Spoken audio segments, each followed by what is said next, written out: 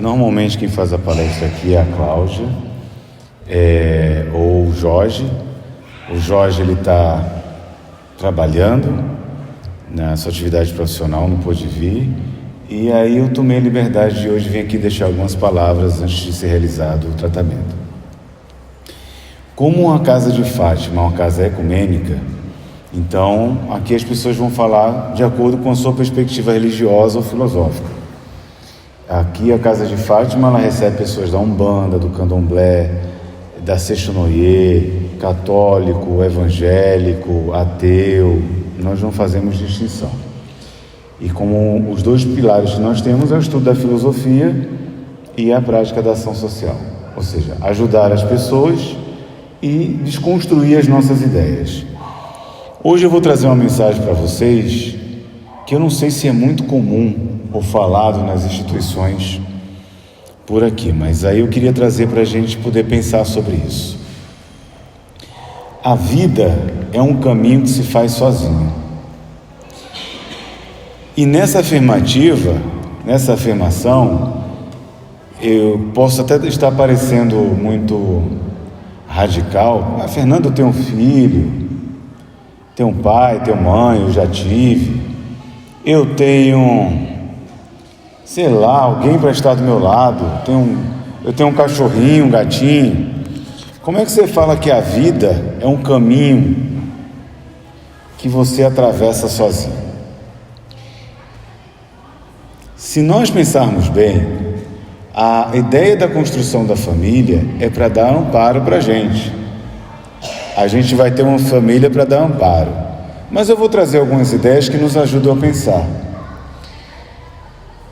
Quantas das pessoas, a casa sempre faz algumas visitas a instituições de abrigo, essas coisas, quantas vezes não fomos lá e os filhos trabalhando, estudando, com saúde, não pegaram aquela mãe, aquele pai e simplesmente colocaram no abrigo porque não queriam que tivesse dentro de casa.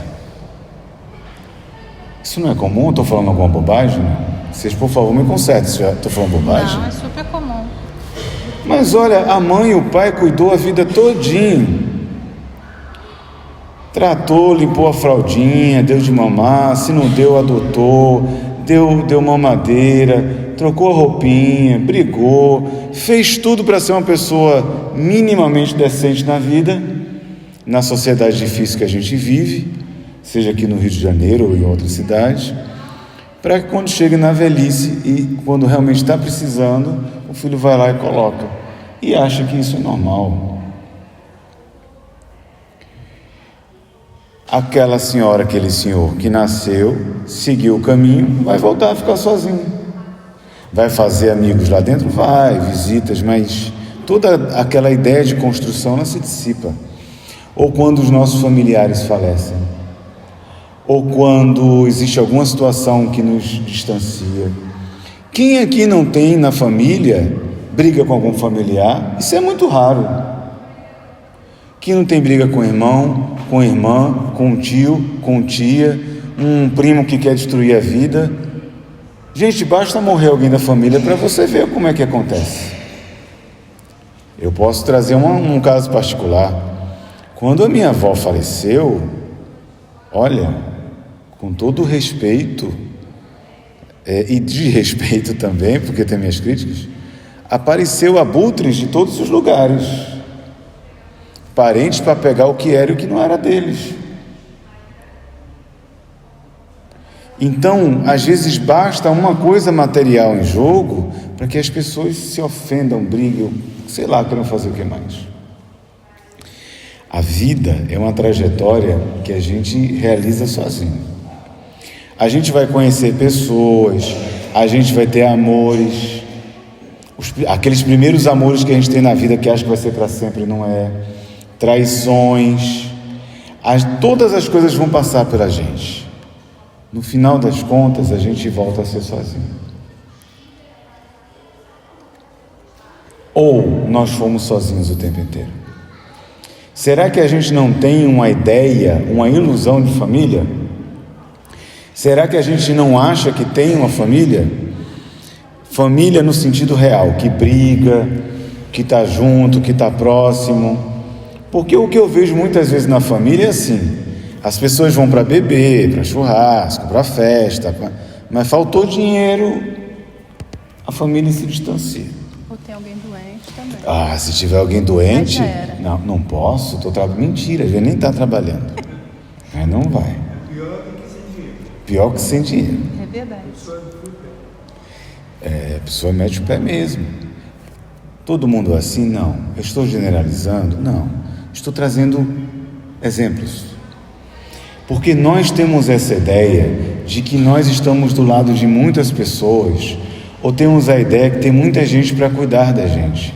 Mas na hora mesmo do desafio, as pessoas dificilmente vão brigar por você.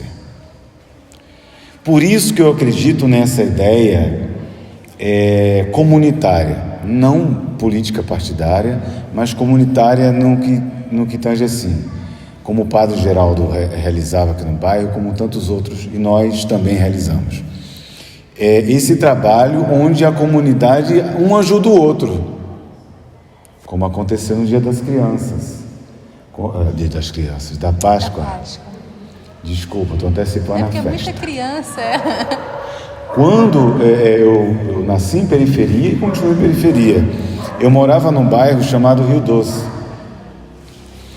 periferia da cidade de Olinda, em Pernambuco.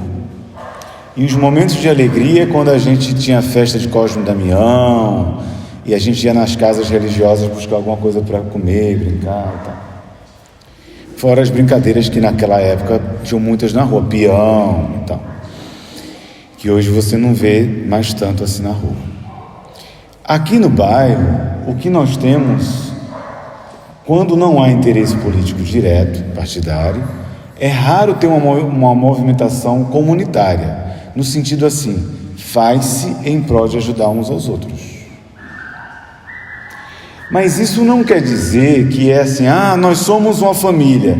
Pode ser que a gente tenha intenção de, mas no fundo, cada um dos que estão aqui vão ter a sua vida pessoal na sua casa, que ninguém vai ter ideia do que está acontecendo. Os dramas que vocês estão vivendo na casa de vocês, só vocês sabem.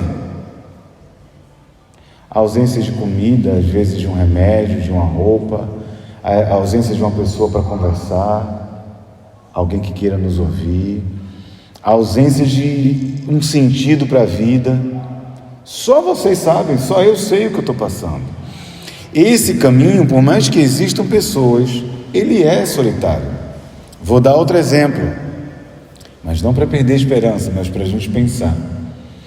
Quando nós sofremos muito na infância e sentimos um vazio muito grande, a primeira coisa que nos passa a cabeça é que quando a gente case, a gente queira ter muitos filhos, que é para preencher um vazio que nunca será preenchido. Você pode ter 4, 5, 10 filhos, sempre vai ter um vazio ali. Estou mentindo? Não é assim? É assim. Porque esse vazio não é a quantidade de pessoas, você só aumenta as preocupações. Mas não é a quantidade de pessoas, o vazio é porque nós somos assim. A gente nasce com essa falta. Existem autores religiosos que acham que Deus tira essa parte da gente, que é para a gente buscar o tempo inteiro. Mas eu acredito, por outro lado, que nós somos de alguma forma sozinhos porque somos únicos. Ninguém aqui é igual a ninguém. Todos nós vamos viver uma vida, experiências que só nós vamos viver. Mesmo aqui, no mesmo ambiente, no mesmo local, mesma palestra, mesma conversa, nós vamos ter pontos de vista diferentes. E isso é ótimo, porque é na pluralidade que Deus se manifesta. E é na diferença que Deus se manifesta. Existiam muitos períodos onde essa ideia de hegemonia, de tentar transformar uma raça de uma só forma, foram destruindo. Eu posso lembrar o Reich, na época do Hitler, que foi essa ideia, vamos exterminar os judeus, todos os outros que são diferentes, deixar só os brancos de olhos azuis, verdes, né? uma raça ariana. Mas isso não é diferente não. No século XIX, no final do século XIX, houve um movimento científico que chegou até o Brasil no início da Escola Nova, na década de 30, quando as fábricas cresceram muito, vieram Anísio Teixeira e outros, nessa criação da Escola Nova, atraídos com o pensamento de um cara chamado Dewey, eles foram se desenvolvendo, mas logo veio um movimento chamado Liga Brasileira de Higiene Mental, em 1923 até 1947. A época assim da mãe da Cláudia, mais ou menos. Não? Ela não está aqui hoje, não. O que eles queriam? Eles queriam pegar, por exemplo, a pessoa que era criança, vamos ensinar elas a higienizar a mente, ó. Vão pensar só de uma forma, vão ser igualzinhas umas às outras. Mas ninguém é igual a ninguém. Não deu certo. E o movimento acabou, claro que acabou. Não ia dar certo nunca. Então, eu estou dizendo que muitas vezes as pessoas querem fazer isso. Por exemplo, ganham dinheiro, o que a pessoa faz? Vai para a Barra. É eugenia, todo mundo igualzinho, mesma roupa, mesmo perfume, mesmo carro, mesmo discurso. Para nós que moramos na periferia, nós somos plurais e singulares. Vai ter aqui as pessoas com problema de psicopatologia, pessoas com doenças específicas, pessoas com conhecimento que a gente nem sabe. Por exemplo, eu estudei polonês, vocês sabiam disso? Eu estudei polonês, eu também não sei porquê, mas eu estudei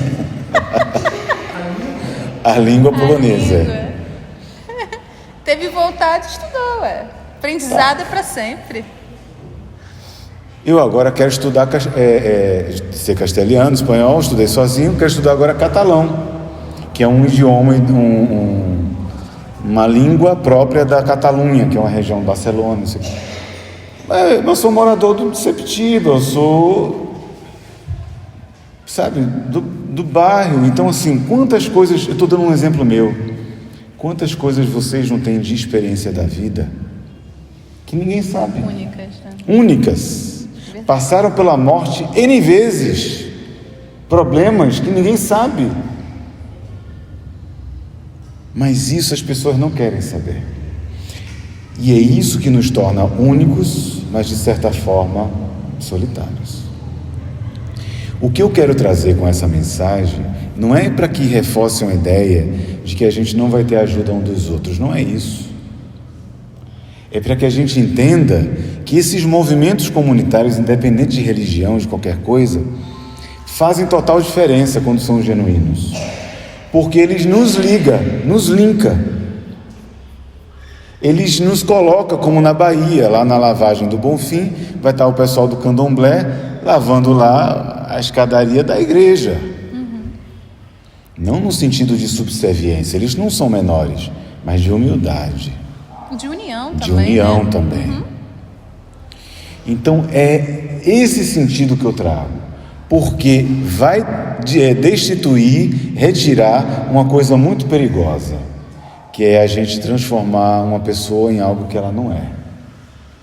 Santo, uma pessoa poderosa. Não, gente, tudo é comunitário. Para que esse consultório existisse, foram dezenas de pessoas que pudessem ajudar com cada coisa. Para que essa casa existisse, cada coisa. Para que essa Páscoa existisse.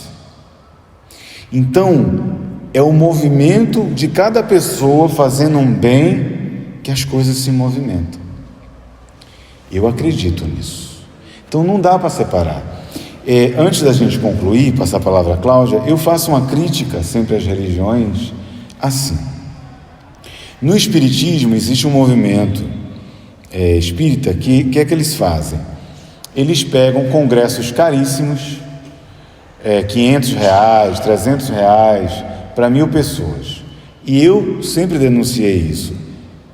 No lugar onde um pobre não pode entrar, Jesus não entra. Vai entrar o rico, vai entrar o pobre, vai entrar todo mundo. Mas se o pobre não pode entrar, Jesus não entra.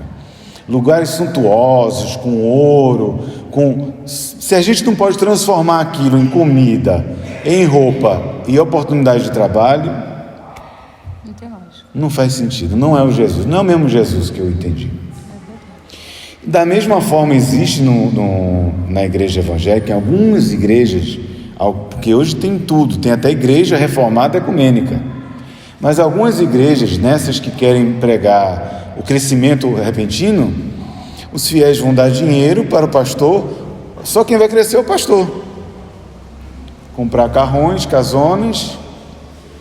Olha, quando eu morava ali, eu sempre lembro isso, é com todo o respeito que eu vou falar, não vou nem citar nome, acho que era na 4W, 5W, eu não lembro, é na Estrada Velha do Piaí que eu morava, não me lembro mais se era a rua, se era 4 ou 5. E na rua tinha um estreitinho, tinha uma igreja. Se eu fosse direto na minha rua, tinha uma rua bem de esquina. Pois bem, os fiéis muitas vezes passavam mal de fome e iam lá em casa pedir comida. Eu lembro disso. Tu lembra disso? Uhum. A gente que dava cesta básica. 8 anos Acho atrás, que eu 7 anos. Por quê? O pastor era incapaz de dar uma cesta, uma comida, qualquer coisa, mas pedia o dízimo, porque ele dizia que era para Deus. Mas quando estava com fome, ia na casa do macumbeiro. O macumbeiro sou eu. E a casa do macumbeiro pediu comida. Ajudava.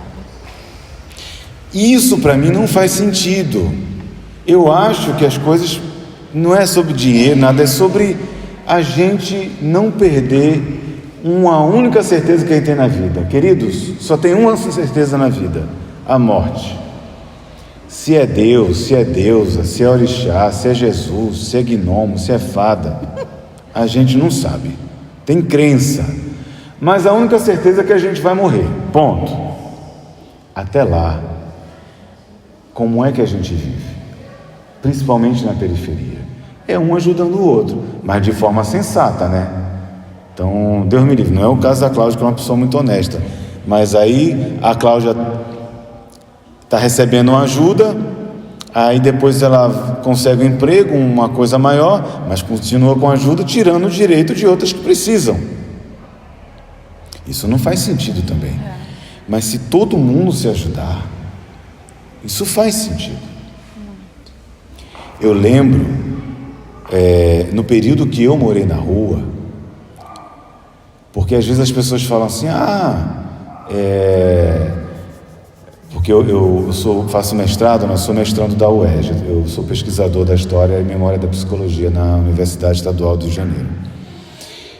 E às vezes eu vejo discussões lá, políticas, e uma garotada que não sabe o que é sofrimento. Eu sei o que é ser invisível. Eu sei o que é você estar na rua, a pessoa passar por você e não ver você. Eu sei o que é estar lá, como já foi acordado muitas vezes, uma vez por um policial que me chutou e quebrou o dente. Eu sei o que é isso. Eu sei o que é querer comer e não ter o que comer. Eu sei o gosto, a dor e o cheiro e o sentimento que dá de você passar muito tempo sem comer. Eu sei o que é isso.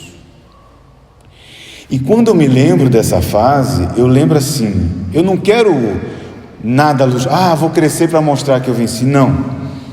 Eu quero que outras pessoas possam ter oportunidades que eu tive. Eu tive a oportunidade de trabalhar e pronto, nunca mais eu voltei para a rua. Quero que as pessoas, pelo menos é o que eu busco, tenham essa chance. Mas acredito que o único viés mesmo nessa vida solitária, é essa ajuda comunitária. Fora isso, queridos, se vocês torcem pelo Flamengo, torcem pelo Vasco, torcem pelo Fluminense, se vocês oram por Nossa Senhora, se vocês oram por Jesus, por Oxalá, isso não faz diferença nenhuma. Agora, uma coisa nos nivela das outras pessoas, é se somos capazes de olhar a dor do outro e nos sensibilizarmos. Essa é a versão comunitária dos fatos. É essa a perspectiva de ajuda. Pô, Fernando, mas você acha que se uma pessoa tiver a oportunidade de crescer, não é bom ficar rico? Que todos vocês fiquem milionários. Agora, se fica milionário e esquece dos outros, eu acho que está perdendo tempo, não tem muito sentido na vida. Porque tudo passa. Homem bonito passa, mulher bonito passa, ficar namorando direto passa, festa passa. Por isso que essas festas, às vezes, tem aqui no bairro, em Nova Sepetiba, em outros lugares, eu acho estúpido. Crianças de 12 anos, 13 anos tendo relação sexual, não sabe nem o que é vida, não sabe nem o que é estudo. E os pais também não têm responsabilidade de tentar fazer alguma coisa para ajudar. Quando podem, né, que a criança e o adolescente deixam. Então, nessa perspectiva, que eu me perdi um pouquinho. Era isso que você estava falando? Você estava falando das festas. Eu estou ficando velha. Tá tudo bem. Tudo bem. Então, nesse sentido, dar a oportunidade, sim, mas nunca perder a essência de um poder ajudar os outros. Se a gente perde o sentido de um ajudar o outro, a gente perde o sentido da vida. Agora me lembrei. Porque tudo passa. Roupa cara passa. Você pode fazer tudo, ajeitar os dentes para ficar aquela lente maravilhosa e artista. Isso passa. A imagem que a gente vê no espelho passa, né? A imagem do espelho. Quem aqui com mais de 60 se reconhece? Às vezes olha assim, meu Deus, eu já estou assim. Como? Ontem eu tinha 20 anos. Né? Eu fiz 45, você também fez 50. Não, mas é verdade, passa 50. Você olha assim rápido. Passa rápido mesmo. Parece que foi ontem que eu tinha 18 anos. Não foi não, mas não foi não. Não foi não. A gente não se reconhece porque passa. Mas o que é que eu vou levar então? Porque as pessoas vão morrendo, vão saindo das nossas vidas, vão casando, vão se desenvolvendo. Eu vou ficando sozinho, sozinha. E o que é que eu trago? O que é que eu levo dessa vida? Eu acho que a pergunta até mais profunda que essa, porque o que leva remete a uma crença. Mas o que eu deixo nessa vida? Eu acho que é a pergunta mais preciosa. O que eu deixo? Um conselho, uma palavra, uma presença, até brigar mesmo para tentar ajudar alguém. O que eu deixo? Não digo briga de raiva, não, briga de...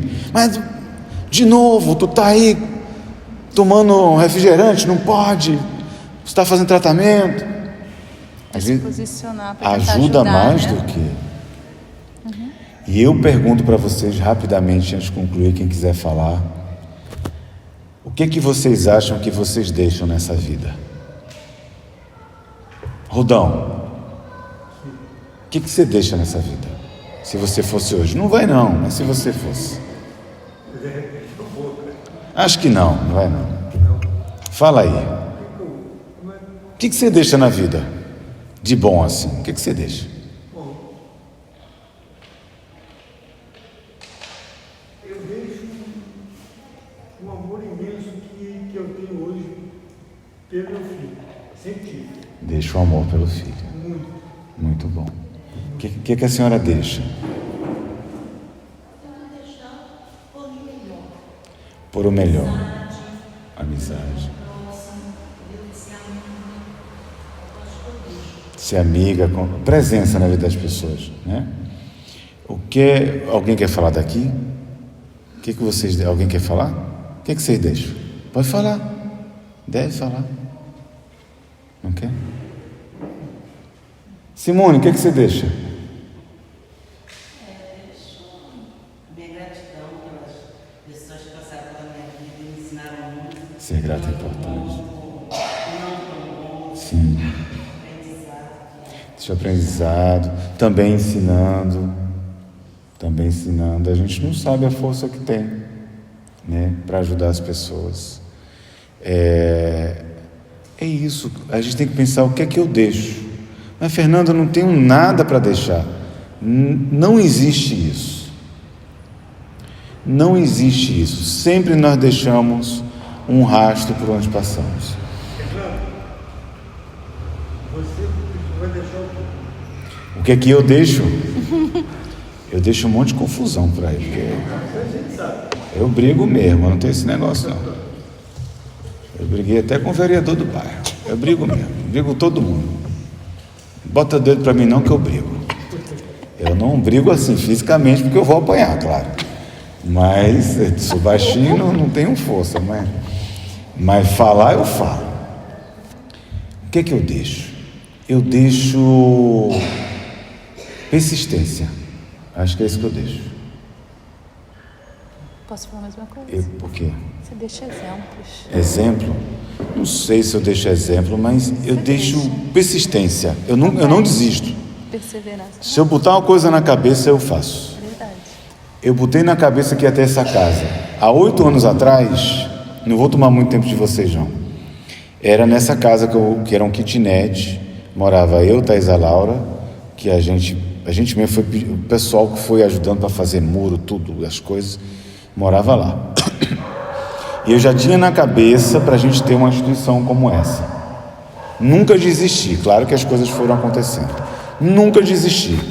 Eu estou na minha mente de montar essa creche para poder dar emprego para as pessoas e de ter um abrigo para poder ajudar as pessoas que não têm para onde ir, seja abrigo de idosos, o que for. Eu não vou desistir até conseguir. Eu não desisto. Botei na cabeça que eu queria ter doutorado na parte da ciência, mas é muito difícil de entrar no público, não foi? E eu entrei. Eu não desisto, é isso que é. Mas fora isso, eu deixo também um monte de coisa de exemplo ruim também. Eu sei que eu sou chato, a gente tem que entender isso. Para concluir o que eu falei no início, é possível que nós tenhamos a ideia de que estamos juntos com milhares de pessoas, centenas ou muitas pessoas, mas o nosso caminhar, em regra, se constitui sozinho. Então, se a pergunta é o que eu deixo, então o que você vai fazer a partir de agora para quando for na hora de voltar, pensar o que eu deixei para as pessoas? Porque é só isso, ou tudo isso, que a gente deixa como semente para as outras pessoas. Muito obrigado por passar a palavra aqui para seguir por tratamento.